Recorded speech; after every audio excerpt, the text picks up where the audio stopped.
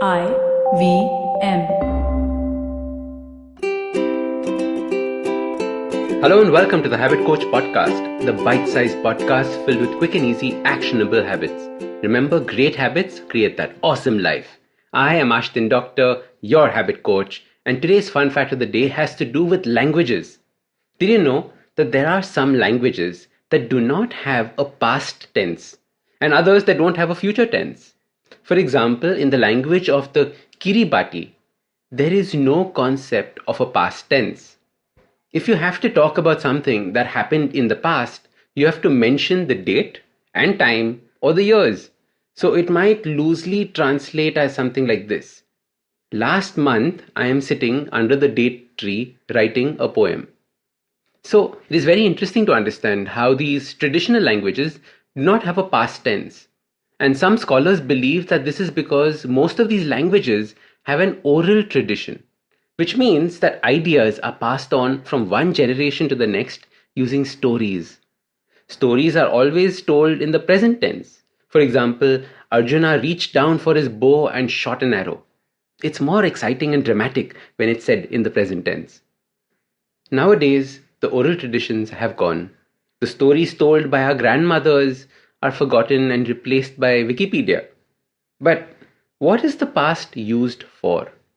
Our brain has the ability to store about 2.5 million gigabytes of information. Can you imagine the number of movies you could have stored with that?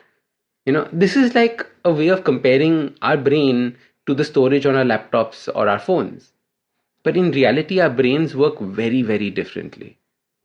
However, one major job of the brain is to remember things. Our past is nothing but the learnings that life has given us. Our past is memories that have been stored. In a word, our past is just information. The memories are supposed to be a roadmap for us. For example, when we were cavemen, the memories reminded us about which trees had fruits on them, which areas had tigers or lions. It helped us navigate our day better, and it was a warning for us.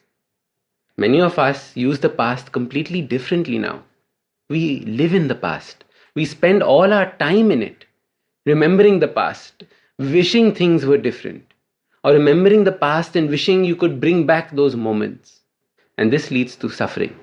This leads to pain, all because we don't use our memory correctly. Nowadays, we use our memories to relive the past, to relive the event, to relive the pain. What we don't realize is that the pain has gone. The past has gone, and the actual event has gone. It's not real anymore. However, we relive it, and in doing so, bring the past into the present. It's like looking at a perfectly healed scar on your body, then trying to scratch it or recut it. Why put yourself through that pain again? This beautiful gift of memory we waste on pain, when the precise role of memory was to prevent you from pain. Memories were created as your early warning systems. Memories should be used to prevent future suffering. We are supposed to learn from our past, not live in our past. And as your habit coach, I want to make you realize that living in the past is a waste of time, energy, and emotions.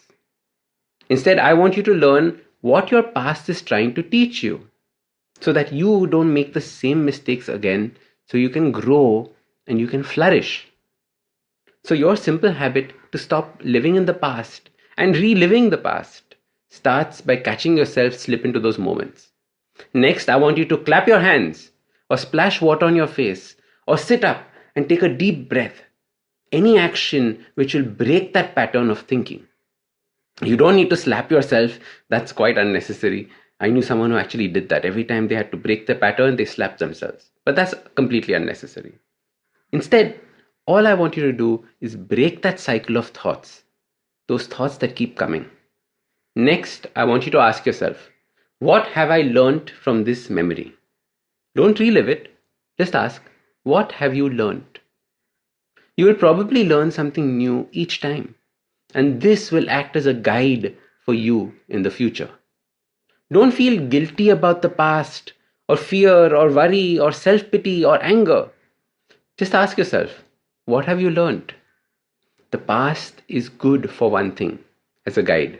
The past is your experience with which you live your present. So don't live in your past, just learn from it and move on.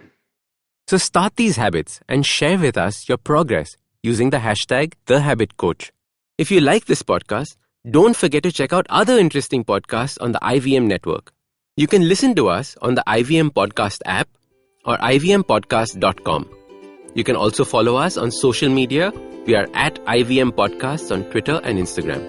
If you want to reach out to me, I am Ashdin Doc on Twitter and Instagram. You can find lots more information on my website, awesome180.com, or check out different content on my YouTube channel called AWESOME180. That's Awesome180. I hope you enjoyed that show. If you aren't following us on social media, please do. We're IVM Podcasts on Twitter, Facebook, and Instagram. Want to wish you all a happy Diwali. Hope you had a great festive season. It's been a great week in terms of the kinds of guests we've had and the kind of conversations we've had on the network this week. Do definitely check some of these things out. On This Round's on Me with Gauri Devidayal. She had a great conversation with Garima Arora, who's one of the best-known chefs in the world. It was just absolutely riveting. Do check that out. On States of Anarchy, Hamsini Hariran spoke about chronicling India's different wars. Again, really interesting episode. Check that out. Ashdin had a very interesting episode on his show, The Habit Coach. It was called I Don't Feel Like Doing Anything. It's about how to overcome malaise just generally, and I thought really, really interesting stuff. Kumi Vayana was the guest on Cyrus Says on Monday's episode last week, and she's an educator, and my God, it was such a fascinating conversation talking about the way education functions in India and some of the changes she'd like to see. Just really, really interesting stuff. Do give that a listen. On Uncle Please Sit, Anupam Manur was there with Joel and Tushar talking about the Indian economy, part 1 of a 2-part series. Second part will be out this week. You should definitely check that out. Lastly, I want to talk to you all about the Filter Coffee podcast. Karthik Nagarajan, who hosts that show, is on a little bit of a break. He's back with a banger of an episode. It is with Himura Maya, who used to run Landmark Stores, and they talk about the culture of bookstores and quizzing and all kinds of stuff. Really interesting conversation. Do check that out. And with that, I hope to see you again next week.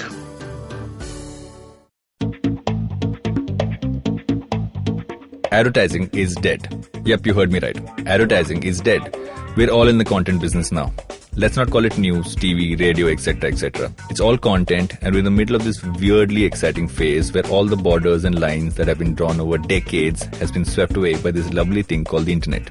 We're a show where we don't dwell on just the stuff that is now, but rather the wider stuff about advertising, media, content, and the whole goddamn circus surrounding it.